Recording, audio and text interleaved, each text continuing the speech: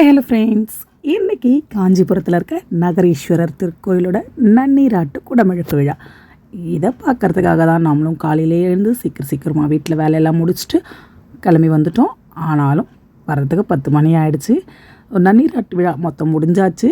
But இன்றைக்கி கோவிலில் சாமி தரிசனம் பண்ணியே ஆகணும் அப்படின்றதுக்காக வந்தாச்சு. வரும்போது சாமிக்கு அபிஷேகம் நடந்துட்டுருக்குது. கொஞ்சம் நேரம் அபிஷேகம் நின்று பார்த்துட்டு கோவிலில் ஒரு சுற்றிட்டு வரலாம் அப்படின்றதுக்காக நகர ஆரம்பிச்சிட்டோம். இங்கே பார்த்திங்கன்னா ஆஞ்சநேயர் சன்னதி ஃபஸ்ட்டில்.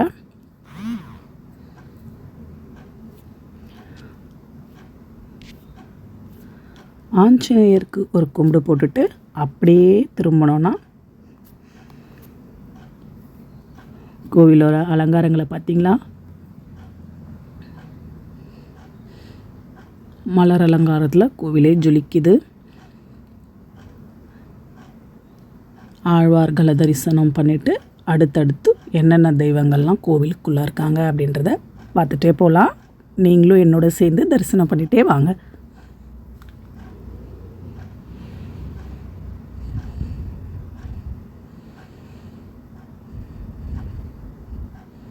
இது ஆக்சுவலாக வந்து பார்த்திங்கன்னா மெயின் ரோட்லேயே இருக்க கோவில். ஆனாலும் கோவிலுக்குள்ளே அந்த மெயின் ரோட்டில் இருக்கும் அப்படிங்கிற அந்த எஃபர்ட் இல்லாமல் ரொம்பவே அமைதியான சூழ்நிலை. கோவில் வாசல்லே வந்து பாட்டு பாடுறது, பஜனைகள் பாடுறது, இந்த ஒலிகள் தான் நமக்குள் காதுக்குள்ளே கேட்குதே தவிர வெளியே டிராஃபிக்கு, ரோடு இது எல்லாம் இல்லாமல் ரொம்பவே நல்ல மனசுக்கு வந்து நிறைவாக அமைதியாக வந்து சிவபெருமானை வழி பண்ணக்கூடிய ஒரு இடம்.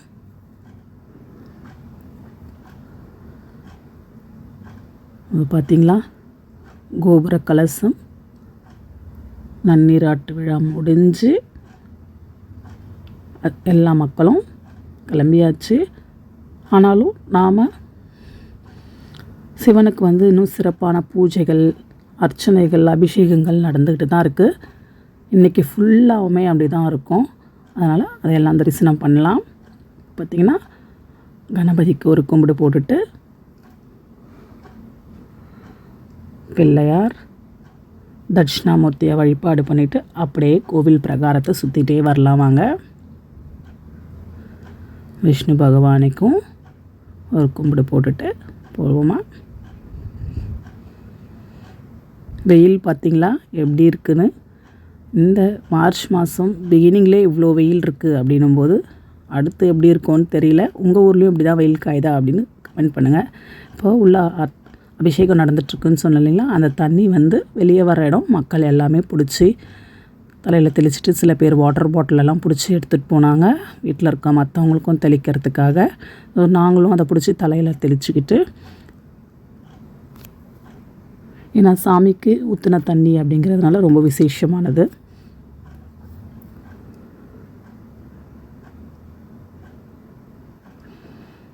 இப்படியே போயிட்டு சண்டிகேஸ்வரரையும் துர்காதேவியும் ஒரு கும்பிடு போட்டுட்டு அடுத்து போகலாம் வாங்க. சிவபெருமானை மட்டும் இல்லாமல் எல்லா சிவ குடும்பத்தில் இருக்க எல்லோரோடையும் வந்து நம்ம இங்கே தரிசனம் பண்ணலாம். அடுத்ததாக வள்ளி தெய்வானை சமேதம் முருகப்பெருமான், அவரையும் தரிசனம் பண்ணிவிட்டு மயிலுக்கும் ஒரு கும்பிடு போட்டுட்டு அப்படியே அந்த பிரகாரத்தை ஒரு சுற்றி வந்தோன்னா பின்னாடி நாகதேவதைகள், நாகதேவதைகளையும் வணங்கிட்டு நாம் போவோம்.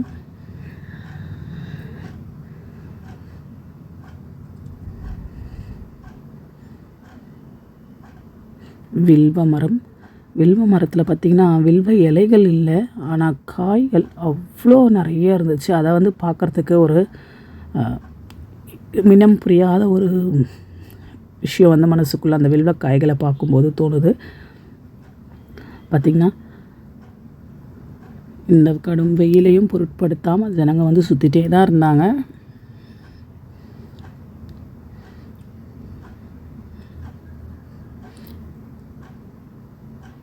கம்பீரமாக இருக்க கோபுரத்தை பார்த்திங்களா,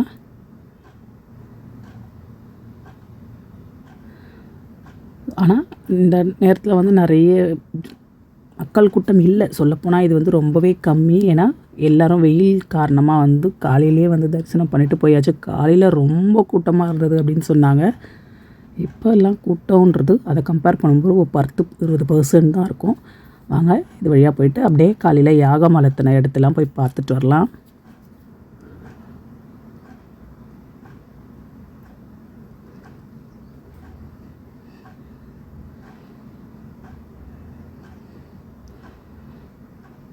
உற்சவர் சிலையை வச்சு யாகம் வளர்த்தின இடம் இதெல்லாம் பார்த்துட்டு அங்கே யாக குண்டத்தில் இருக்கிற சாம்பலை எடுக்கலான்னு ட்ரை பண்ணோம். ஆனால் ரொம்ப சூடாக இருந்தது.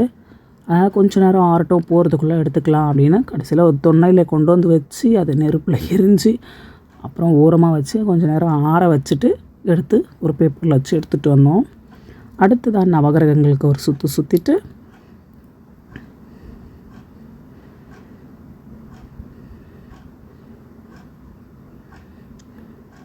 பெருமாள் சன்னதியிலும் பெருமாளை வணங்கிட்டு திரும்பவும் வந்து நம்ம இப்போ க்யூவில் நின்று சாமி தரிசனம் பண்ண போகலாம். இப்போ பார்த்திங்கன்னா உற்சவர் சிலைகள்லாம் இங்கே தனியாக எடுத்து வச்சு குங்குமமாக வச்சுருந்தாங்க. அதையும் எடுத்துக்கிட்டு உற்சவர் சிலைகளுக்கெல்லாம் வந்து வணங்கிட்டு பக்கத்திலே இருந்த பெருமாளுக்கும் கோவிந்தா அப்படின்னு சொல்லி அவரையும் வணங்கிட்டு போய் நம்ம க்யூவில் நின்றுடுவோம். இப்போ தான் அர்ச்சனை எல்லாம் முடிஞ்சு அலங்காரம் பண்ணி அபிஷேகத்தை முடிச்சுட்டு அலங்காரம் பண்ணி மக்கள் தரிசனத்துக்காக திறந்து விட போகிறாங்க. வாங்க நாமளும் போய் க்யூவில் நின்று சாமியை தரிசிக்கலாம். உள்ள சாமியை வந்து வீடியோவில் காட்ட முடியுமான்னு தெரியல. ஆனாலும் உங்கள் எல்லாருக்காகவும் நான் வேண்டிக்கிறேன், உங்கள் எல்லாருக்கும் டைம் கிடச்சிதுன்னா கண்டிப்பாக ஒரு நாள் இந்த கோவிலுக்கு வந்து உங்கள் குடும்பத்தோட சாமியை தரிசனம் பண்ணிட்டு போங்க. இந்த 48 நாள் என்னைக்கு முடியுதோ அன்னைக்கு வந்து தரிசனம் பண்ணிட்டு போங்க.